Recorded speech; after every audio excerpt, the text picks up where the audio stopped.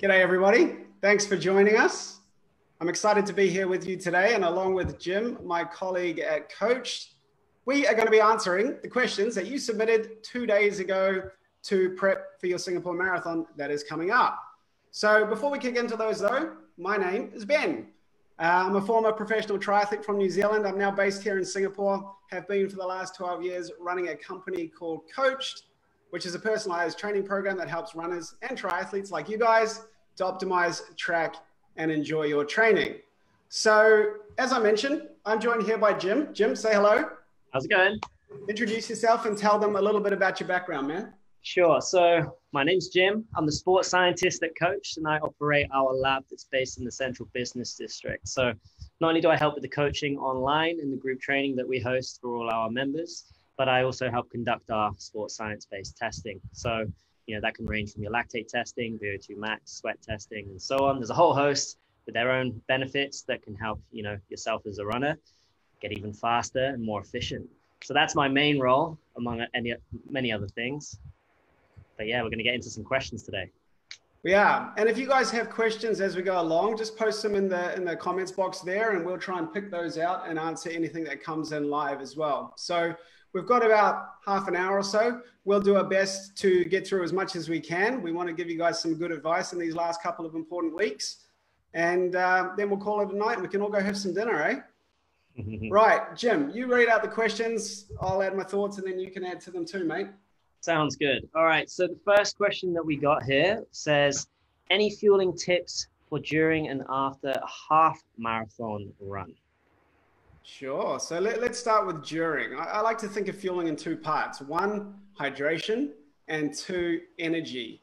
Hydration is in relation to the volume you take in and also the electrolytes you take in.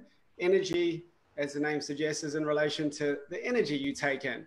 By splitting them up, you have a little bit more control over your tummy and what exactly you're taking in. So I'm a big fan of either water or sugar-free electrolytes to address volume, and then salt in those electrolytes, or through salt pills, sodium pills, to address how much sodium you're losing in your sweat.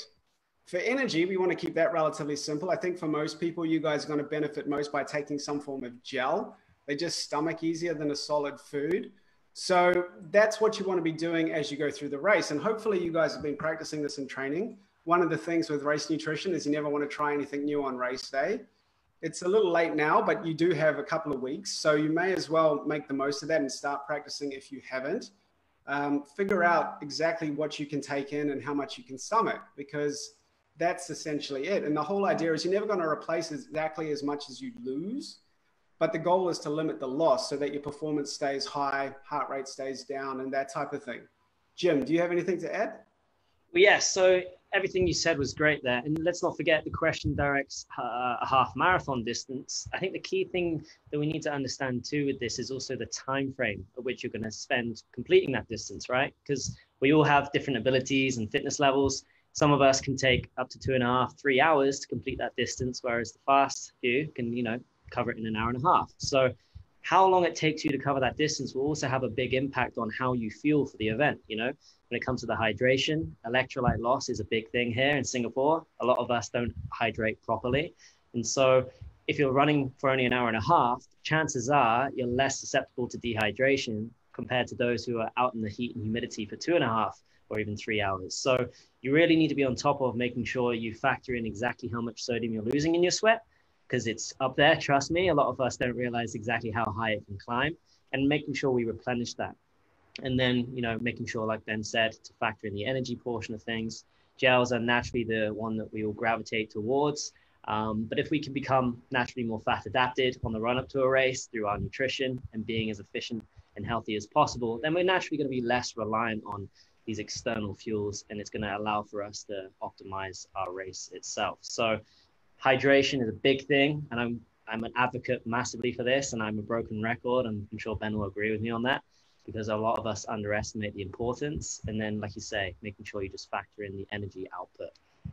In regards to the energy, Jim, are there any gels that you think are better than others, or you got to find what suits your stomach. And that's a good question. So yeah, I mean, I've had thousands of people with, and that's no exaggeration, come through our lab, right? And so everyone has their own taste and their own branding. The one that comes up the most would be from locally would be goo gels, goo Roctane. They seem to be quite common, probably from a price point, but also from how it tastes and digests. Though Morton is also another brand which a lot of the elites opt for, whether that's because they're being paid to or whether they actually agree with it.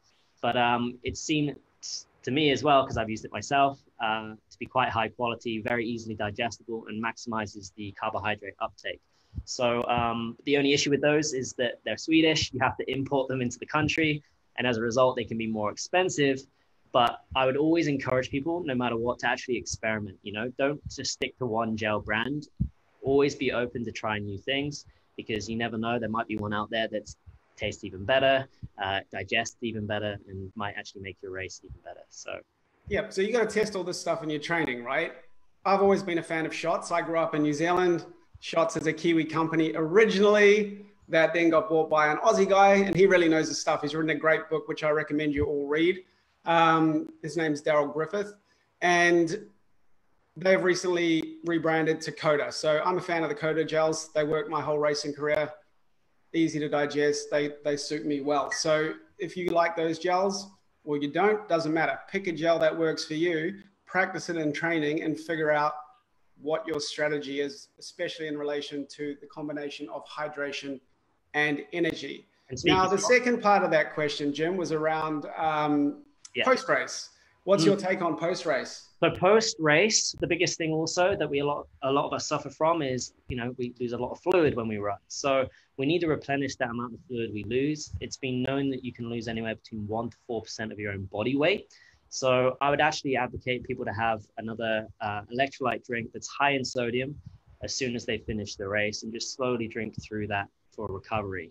And when it comes to the energy portion of things and getting your macronutrients back in, something high in protein is also going to help, because your muscles are going to be teared and inflamed, and it's always good to get that back in your system. It doesn't have to be immediate. There's no, specific time frame for that, but it's good to always encourage that post race.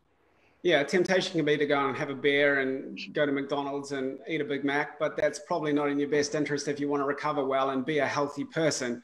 So I'm a big fan of whole foods, real foods, foods of nature post-race. I get on a big salad, fill it up with some fruit, fill it up with some healthy fats in the form of avocado, olive oil, nuts and things like that. And these nourishing foods, A, they taste pretty good if you stick a good dressing on them, but B, they're very healthy and they help to reduce inflammation, which is something that obviously your body's packed with after a race. So keep it simple. Again, do you, everyone's different, but whenever it comes to nutrition, the whole goal is to eat as close to nature as possible. You don't want to be eating anything processed, because that's inflammatory, doesn't have very many vitamins, minerals, or anything really very good. All it does is give you a little kick, likely because of the sugar, but it doesn't add anything substantial to your recovery or to your performance and health over time. Yeah, exactly. So just to summarize, making sure you find electrolytes that are very high in sodium primarily, because that's the main electrolyte we will lose, is recommended. And I would encourage you to look for a product that, is knocking on the door of 500 milligrams of salt per serving or higher. If you can find that, then you're doing a good job, because that's going to replenish a vast amount compared to what you're losing. So that's the one key tip with that. But we'll move on, because we've got a lot of questions. So the next question would be, what are some easy / flat routes to complete a 10-kilometer run? We live in Singapore. Everywhere is a flat route. Exactly. If we were doing this race in New Zealand, it's a different story. Where I grew up, it was very hard to find flat. In Singapore, we're quite spoiled. Pretty much everywhere you go is pretty flat. So my advice to you would be to, rather than thinking about the terrain so much, it's more thinking about how can you run the distance of the race that you're doing without having to stop and start because of traffic lights or crossings or pedestrians and things like that. So when you frame it in that way, and it was me, I'd probably be looking at somewhere over the East Coast, maybe around the F1 building in Marina Bay, out Changi Way. There's a lot of long, straight, boring roads out there that not very pleasant to run. But if you want to run fast, they'll be well suited for that. Jim, do you have anywhere to add? No, you pretty much stole all of mine. I've recently moved to the East Coast as well. And since doing so, quickly realized how much more fun it can be to run. And so the East Coast is for sure, the East Coast Park, the best place I would recommend, not only because, you know, there's shade, so you can hide from the sun, even if you want to run during the day, but there's also frequent toilets and water fountains. It's perfectly flat. There's a long route. It even connects to the marina. So you have more than 10 kilometers there to cover. That's uninterrupted. Just be mindful of the time of day which you go. It can get busy, but if you're looking to do 10K, you can easily go up and down once and clock that kind of distance. So that would be my advice. Unfortunately, if you're living in the West, I feel like you have less options, but a quick bus ride or MRT and you're good to go. All right, so next question. What's the best time of the day to run? What time of the day do you like to run? Right, there is no best time of the day. From my perspective, most of us are going to have a preference. Now, one of the nice things about doing a virtual race is you're in control, right? You can set your course, you can set your date, you can set your time. My take is if you want to run fast and run to the best of your ability, you want to pick a time that you're familiar with and that you're comfortable running at. So if you do the majority of your training in the evening, then I'd encourage you to go and race in the evening. If you're used to getting up in the morning and doing your running in the morning, then do that. I would also consider into that decision where exactly you're going to do your race, because obviously certain places in Singapore get pretty busy in the evening. And if that's the case, you may want to go somewhere else or run in the morning instead. But my general take is, yeah, you got to do you got to try and set things up in a way that's going to maximize your fitness and your performance on the day. So that's really your call. There is no right and wrong answer when it comes to racing. Now, from a training perspective, I have a personal bias, and again, this is just me, to training in the morning. I like training in the morning. You can do it fasted, and you get a really good metabolic benefit by doing that, so long as the intensity is down. If you wake up in the morning and it's pouring and there's lightning, no issue. You still have another opportunity later in the day to get it done. And I like that backup. I also like starting the day with a win. So when you get out and you do something productive, like go for a run, you're starting the day with a win. And at least in my experience, I tend to have better days the days that I do that. If you can only run in the evening, or you like running in the evening, then that's also wicked. It makes no difference. What is essential is consistency. So you want to structure your lifestyle in a way that's going to maximize your consistency in training. Because if you're consistent in your training and you are consistent for a very long time, good stuff is going to happen and you're going to become a better runner.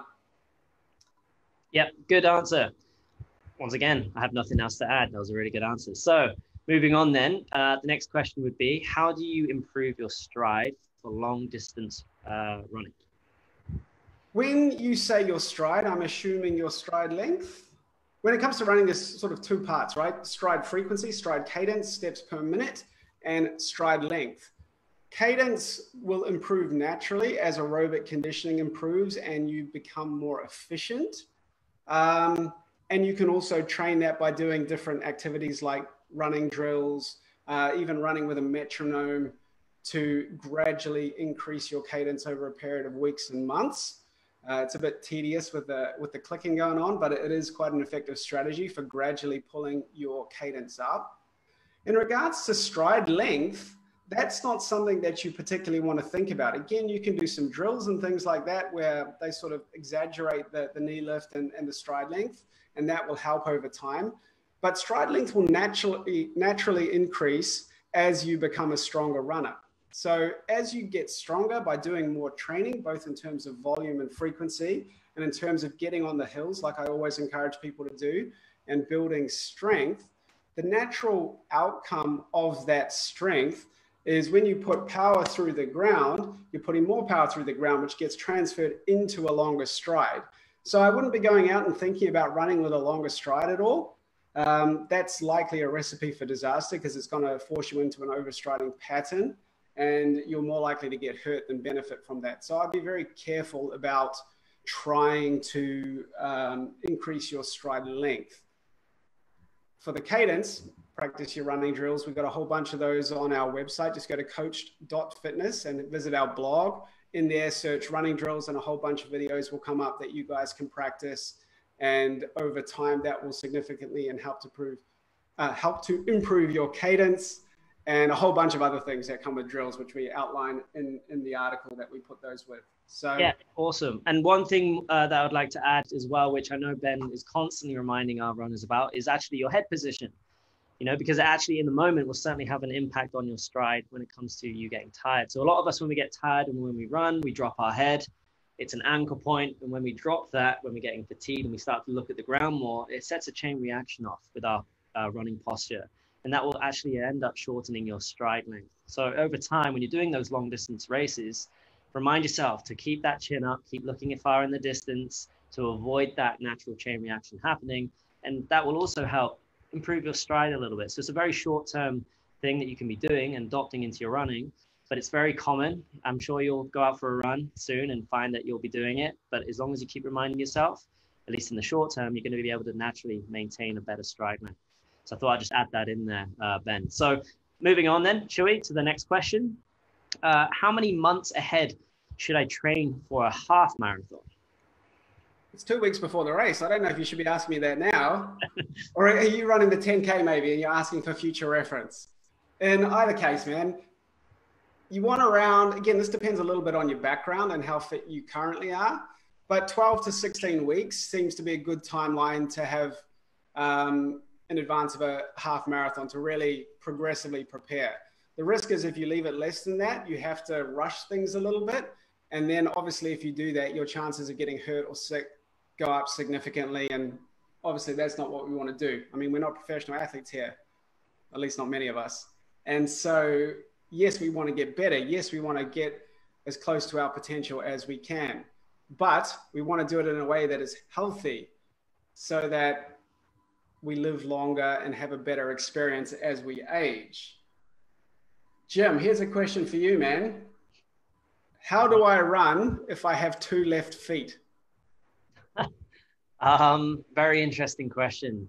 So I'm assuming this person has no hand-eye coordination. That's probably my best way to determine that, what they mean. I don't think it's literal. Yeah, I would like to think so. So if that's the case, I don't know. I guess hand-eye coordination is something that doesn't come naturally to us. You actually have to train it. And I'd say running drills, whenever it comes to running and running properly, we always advocate running drills. And if you're looking to naturally improve your technique and improve your running, then working on those is super key. So there's a whole host of different running drills that you can be doing in your training. We always advocate them in every group training we do. We will have it structured. But by doing those, I'd like to think it will help when it comes to changing how you have 2 left feet and make sure you have 1 left foot and right foot. But it's an interesting question. I can't think of anything else to add to that other than just improving your running form.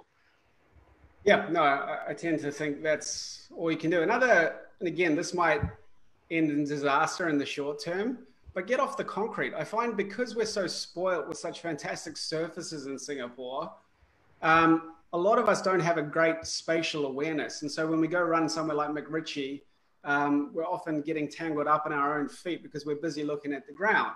I'm a big believer in getting off the roads. A, it's good for your legs. B, it's good for the developing strength. But C, it also helps to create this coordination because you have to become more mindful of where you're putting your feet without looking at the ground all the time. And so I run at the East Coast often. I live out east.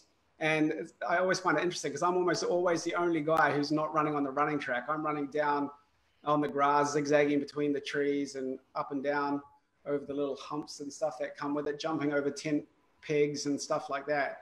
But what it does is it teaches you to be more coordinated and makes you more aware as a runner. And I think that if you are struggling with coordination, besides doing drills, which are a great idea, getting off the road, which is just such an easy and unconscious surface, to something that you have to think a little bit more. You've got to be a little bit more aware. And yeah, you might slip or trip a couple of times in the short term, but I think over time you'll start to become significantly better at that. And so that might help you. Yeah. So to follow that question up with this one, which is kind of going back to the fueling of things. So to what extent should carbo loading be practiced, and then how much more carbs exactly? Oh, that's a loaded question. Indeed. Nutrition is one of these topics. No one will agree, right? I definitely have my take on nutrition, and I'll share that with you now. I think if you're eating a standard Western, Singaporean, Indian diet, you're carbo loaded. You don't need to carbo load any more. Um, your muscles and your liver can only store so much glycogen. Eating any more than you need is just wasteful. It's going to spike your insulin levels. It's going to cause you to store fat. That's not what you want when you're leading into a race. If you're eating a diet that is lower in carbohydrate, higher in healthy fat, a whole food diet like what we advocate at Coached, adding back a little bit of carbohydrate in the form of healthy carbs like fruits and vegetables, like quinoa, like dark chocolate. Those types of things are going to help to top up those glycogen stores, because you do want to start with a full tank when you line up on race day, but they're not going to do it in a way that's going to significantly boost your insulin levels and suppress your fat burning. When you race, you've got two main fuels. You've got your carbohydrates, which is what we just discussed, stored in the muscles, liver, and blood. And we've got fat, right? Fat is not the easiest source of fuel, but you pretty much have an unlimited supply of it. So if you can teach your body to become more efficient at generating energy from fat, well, then when you get into a race environment, you conserve your precious glycogen and you'll become less reliant on the external sources of fuel, like your gels, like your sports drinks. So you're still going to need to take in fuel, but your body's going to be in a better state to be able to take that in and to basically fuel itself. So the answer to that question is very much, it depends. If you are just eating your normal Singaporean, Indian, Western diet, there's no need to do anything additional. Just to eat what you normally eat so that you're comfortable and you know it's not going to affect your stomach. And like I said, if you are eating a diet that's a little lower in carbs, you may want to add in some high quality carbohydrate in the last sort of 2-3 days, just to make sure that your glycogen levels are at a place where they basically maximize your energy. Yeah, exactly. And like you said at the start, it's a very loaded question. There's a lot of things we could discuss when it comes to this. But if I could tell people one thing, tying that into the fuel efficiency test we do at our lab, very often do I see that we are, as human beings, certainly locally here, too reliant on carbohydrate. We're in a fat suppressed state due to the natural habits we find ourselves in Singapore. It's a perfect country and it revolves around food, so we can have whatever we want whenever we want it. So the likelihood is we do not moderate our intake. So like Ben said, we tend to overconsume in carbohydrate to the point where we're actually carbo loaded all the time. So what we'd actually advocate is to just moderate your intake a little bit better, almost justify to some extent when you need carbohydrate in and around training. And like you say, just prep for the race itself. So by all means, we can answer more on that at a later date if need be. But we'll move on because we've got still a lot of questions to get through. So Ben, the next one is, how do you stay disciplined to get much needed rest for recovery? This is a very interesting topic, I think. It never took me much discipline to rest. It takes me a lot more discipline to get out and train. But with that said, I appreciate there's a lot of type A athletes out there. I'm eyeballs deep in them every day.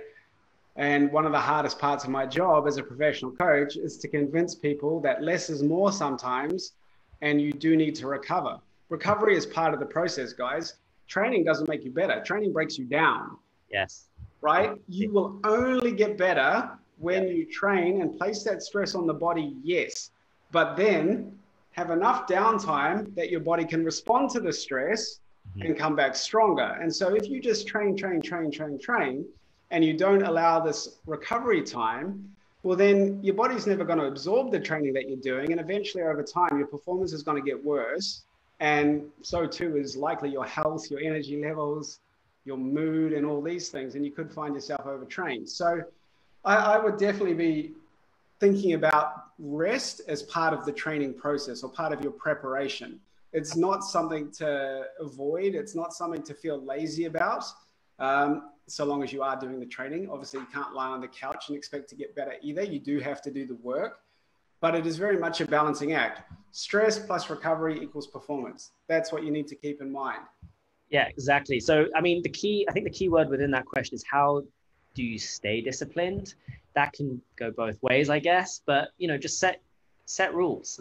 If you're finding yourself on Netflix when you shouldn't be, and you should be going to bed and getting a much needed night's sleep, set some alarms, get some structure in place, because trust me, structure breeds consistency. And if you're looking to get better as an athlete, whether it's in the recovery or whether it's in the training, because they tie together, you need to be consistent in what you do. So set yourself some habits that will help you along the way to ensure that you get the much needed recovery that you need. Yeah, structure is essential. I mean, that's why we give all of the people who come to coach a training program.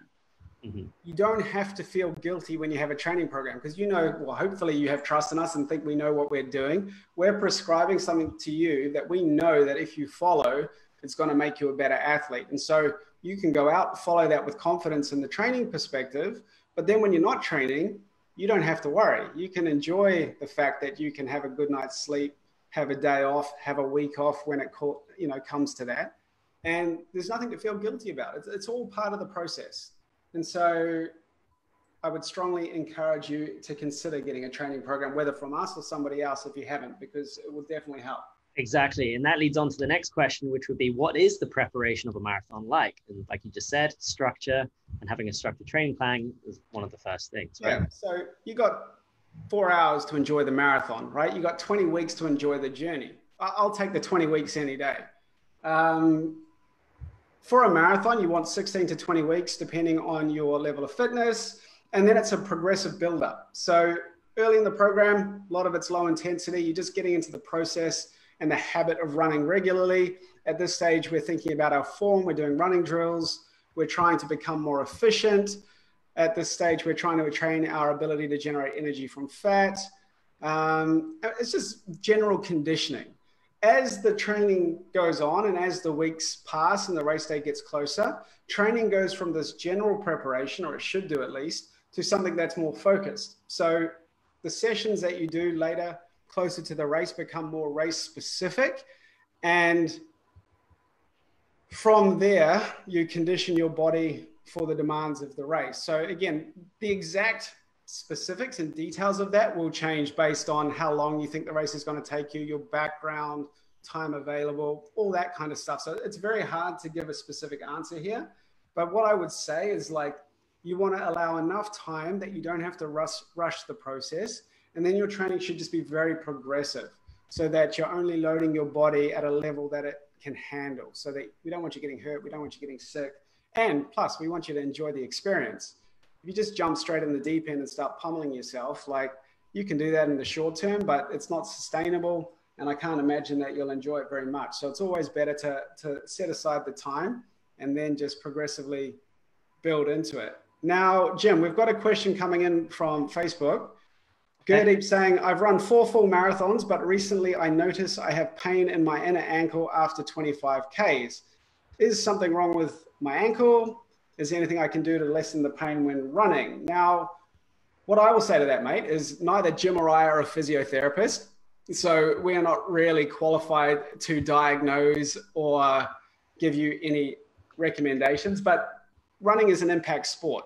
The fact that it's coming on after some time suggests that it's likely a result of the impact, and you were probably weak somewhere. And that's causing, as your muscles fatigue, that's likely causing something like maybe you're starting to roll in a bit more. It's hard to say, but I would suggest if it's a recurrent problem and it really bothers you, go and see a physiotherapist. They'll be able to do a muscle balance assessment. They'll be able to have a good look at you and really come up with what is the cause of the issue. And most likely, then they'll be able to prescribe some form of strengthening exercises that you can do to change the situation and start to get rid of that pain, because no one wants to run in pain, especially after 25K. And if you're running the full marathon, you've still got another good chunk of distance to run. So, Jim, do you have anything to add to that? No, you're right. Seeing a specialist is by far the first thing we would always advise people. So be it a physiotherapist or a podiatrist, there's a whole host of reasons that or variables that could cause this. So my gut instinct, though, would lean to, like you say, some form of imbalance somewhere, whether it be biomechanical through lack of strength. So We always advocate every runner we meet to do some form of strength training and correcting any form of muscular imbalance and addressing that, because more often than not, we all have them. It's just assessing it and figuring out where that lies. So much so that by the time you do get to race day, and if you are doing marathons, we're hoping to, reduce this likelihood. And I know you said you run 4 full marathons. Now, I like to think also that they're spread out, because that, I don't know if that's tied in here, but let's say you're running 4 full marathons within a short period of time, that also can have quite a big impact. So we're very big advocates as well of picking and choosing your battles. You don't need to be racing once a weekend or, every month, certainly when it's marathon distance. So I'd like to think that, once again, those full marathons are nice and spread apart. But if you're seeing it in every marathon, then that's obviously telling you something. So see a specialist first, get a solid assessment, and then, prevention is always better than cure, right? And Goody, come see us for a training program, man. We'll optimize what you're doing and make sure that your training is at least suitable for your current level of fitness and what you're trying to achieve. One other thing coming in from Facebook, from Keegan: Coached is a great organization. I use them to help my ultra marathon training and highly recommend Ben, Jim, and the team. Wow, kind words. Thank you, Keegan. I appreciate that, mate. And Sebastian is saying, hey, coach. Hey, Seb. How's it going, Seb? Righto, let's keep moving, Jim. We're running out of time. All right. So what advice would you have for someone in their late 50s to pick up running? Firstly, wicked. Good for you. It's never too late to start, and I'm happy to hear that you're getting out and giving it a crack. My advice would be just take your time. There's no rush. When you start something new, we're usually quite eager, and as a result, we go like a bull out of a gate. That'll last a little while, but then more often than not, you end up hurt, sick, losing motivation. And so my advice to you would just be start slow. Form the habit of running consistently, even if it's only 2 times a week to start, then 3 times a week, then 4 times a week. Keep the intensity low, right? When you run a half marathon or a marathon, even a 10K, the large majority of energy is coming from your aerobic system. That's the system you train at low intensity. And by keeping it low intensity, especially in the short term, it's going to put less stress on your body. And I would imagine you're going to enjoy the process more. Most people, at least in my experience in our lab, all you runner guys, you're training too hard too often. And just to be clear, easy and slow, hard and fast are not the same thing. You can be running slow and still working hard because you're not fit. Likewise, if you're Eliud Kipchoge, you can be running easy and running bloody fast because you're incredibly well conditioned. So they're not the same thing. And it's important just to understand that. So start slow, gradually build it up as you begin to. And one thing to add there as well, mate, just because, like I say, I want to make sure it's nice and detailed. If you're 50 years of age plus, always get a health checkup. I mean, it might be obvious, but, it has to be said. Go to the doctor, just get a good yearly checkup done just to make sure you have the all clear, because we should know what's going on internally. So that's always one recommendation, just in case, okay? Good advice. And strength train. So a lot of runners think that strength training is cross training. It's not. It's an essential part of running preparation. All right. Running and strength training have to be done together if you want to run fast and you want to run injury free. So that is even more important as you age, because your muscles will naturally start to deteriorate. Virtual runs are not the same as physical events. Why should runners even participate, much less pay for them? Okay, that's a good question, actually. Well, the way we see it, there's actually some positive and upsides to running virtual races. Now, I'm not actually aware of any virtual races that are charging at the moment, but we'll get to that, I guess, in a second.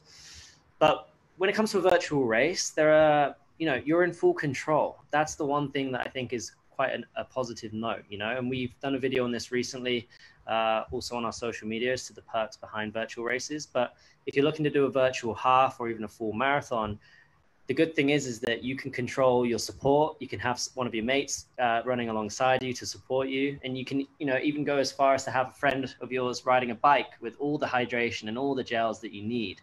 So these are some of the upsides. And you can also control the time of day. Most races have a nice early start or a late start if you're in Singapore. And so that means you're going to sacrifice some sleep and so on. But once again, you have full control. So, you know, by having that control and dictating what you do and when, it can really help when it comes to the preparation behind conducting a virtual race. Would you agree, Ben? Yeah, man. A lot of people complain that, you know, there's no traditional racing at the moment and there's no race environment and this and that, but you can create that somewhat yourself. Get your friends and family out the door to cheer and support you. Like Jim just mentioned, you have full control over your course and time of day, hydration, all of the stuff. And there's a lot of upside to that, right? So make the most of that. Don't whinge, get out and do the work. And I think you'll be rewarded for it. In regards to payment, from what I understand, you can run for free if you like. You're only paying if you want a medal and some other stuff. So that's really up to you. But I think there's definitely some upside. You just got to look at it from that lens. If I'm injured, but I really want to run, should I make an attempt? Good one. Thoughts, Jim? Yeah, well, so it depends on the injury, right? Let's just start there. I would always encourage people not to run if they're injured. It depends. If it's an upper body injury, then you might be able to escape with running compared to a lower body injury. But first and foremost, see if, like I say, a specialist. Just get yourself checked out, get a go ahead, and then go from there, you know. But I would just make sure that you're 100% fit and healthy. We always want to make sure that we're reducing risk of injury, because trust me, if you do attempt it and you worsen that injury, you're going to be out for even longer, and that's not what we want. We want to make sure we recover, we're patient with it, so much so that when we do get back into running, we're much stronger than we had ever been, you know. So patience is always important with this, but it really does depend on the injury with this specific question. Yep. Good advice. Good advice. What are some great on-the-spot tips for various injuries, like a rolled ankle, cramps, stitches, or a muscle tear? So I'm assuming then on the spot means it's just happened. So let's start with cramps. Cramps can come for a multitude of reasons. Most likely it's due to an electrolyte imbalance. If you're, mid-run, or you're, mid to halfway throughout a long distance race and then you suffer a cramp, the chances are you're losing way more sodium than you've been consuming. So the first thing would be to put that back in your system, right? So, but once again, prevention is always better than cure. So I'd like to think we can avoid it happening entirely, but making sure your electrolytes are topped up is the first thing. With cramps, if it's quite a severe cramp, localized maybe in the lower part of our body, then stretch it out as well. Just take a beat just to stretch the muscle out, because cramping can be incredibly painful. But just making sure you do that is super key. Rolling your ankle, that's a different story entirely. That's usually self-inflicted also. But how severely you roll your ankle will dictate what you should be doing. Sometimes you can roll your ankle a little bit, give it a second, and then you can find that, you can continue running. But you just need to be mindful of these, so to speak, on-the-spot injuries, and always try to avoid them in the first place. Stitches, once again, I don't think there's any hard and fast rule as to why we get them, but from my experience, the most likely cause of a stitch is due to people consuming too much food prior to a run. And there's a conflict of interest going on, because when we consume food, our body has to do something with it. So it vasoconstricts blood flow to the stomach and intestines to break said food down. But if you're also going to run not long after that, it also has to direct the blood flow to the working muscle. And so you'll find that if you're also running a bit too hard, then your body's going to fire off a stitch, tell you to slow down and stop what you're doing, because it's trying to do two things at once. So I would always advocate you to run fasted to avoid a stitch happening, and just making sure that when you are running, you're obviously running at the right intensity. Do not run fast all the time. There's many perks of running slower. Would you agree, Ben? Yeah, for the most part. Let me just circle back to cramps as well. Everything you said is spot on. There's a second part to cramps besides sodium that I think we should just touch on as well for people to understand, because I imagine it's in this climate where we know it's a big issue. First part of cramping is sodium. You need sodium. Second part of cramping are the muscles, muscle fatigue. So to address muscle fatigue, there's nothing much you can do on the spot, but this is where your preparation comes in. You have to do the work in training to build the strength that's gonna reduce your chances of getting cramp. So do the training, take your sodium. I would imagine that you won't have too many issues with cramp. Yeah. Is there a standard running posture? Yeah, everyone has their own unique way of running. I think a lot of runners get in the habit of really overthinking things. There's a lot of stuff online and people try to make big biomechanical changes after reading a book or watching a YouTube video. I'm not a big fan of that. I like running drills a lot because they're a subtle way of improving your running form. As I touched on earlier too, like your running form is naturally going to improve as you become more efficient. And so you're looking for a relaxed, fast running form.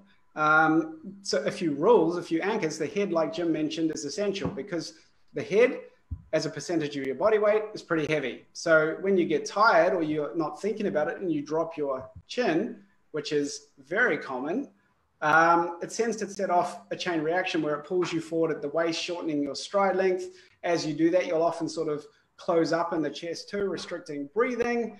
And none of these things are great, right? So the first thing you need to think about from a form point of view is your chin parallel to the ground? If it is, it's likely that's stacked over your shoulders. Then you want your shoulders nicely relaxed, chest open. You want to be aligned from the ankles. Can you see that? Like you want to have a nice forward lean from the ankles so that you can roll over your hips. You don't want to be fighting your own body weight. So there's a few guidelines, those are them, but everyone is going to have their own version of that. There's no perfect running form. If you do want to see a nice looking runner though, just jump on YouTube, search Eliud Kipchoge and watch that boy run. He makes it look pretty effortless, and he looks the same at 2K in a marathon as he does at 41K. So he's a nice person if you want to model somebody. Right.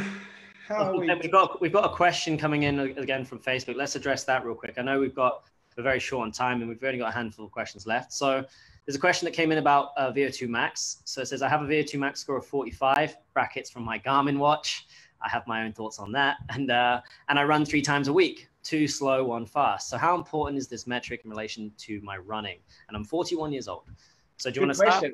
Good question. So firstly, 3 runs per week, solid frequency. If you can up that over time, more is better, so long as that you can recover. Breakdown is good. 2 slow, 1 fast. I would reframe that as 2 easy, 1 hard. If you can nail that, that will be good. In regards to the numbers coming off your watch, I wouldn't pay too much attention to it. We have a lab. We run VO2 Max tests all the time. There's not a lot of correlation. I wouldn't worry about what your watch is telling you. If you want to get some meaningful numbers out of your Garmin, what I would be focused on is pace and heart rate.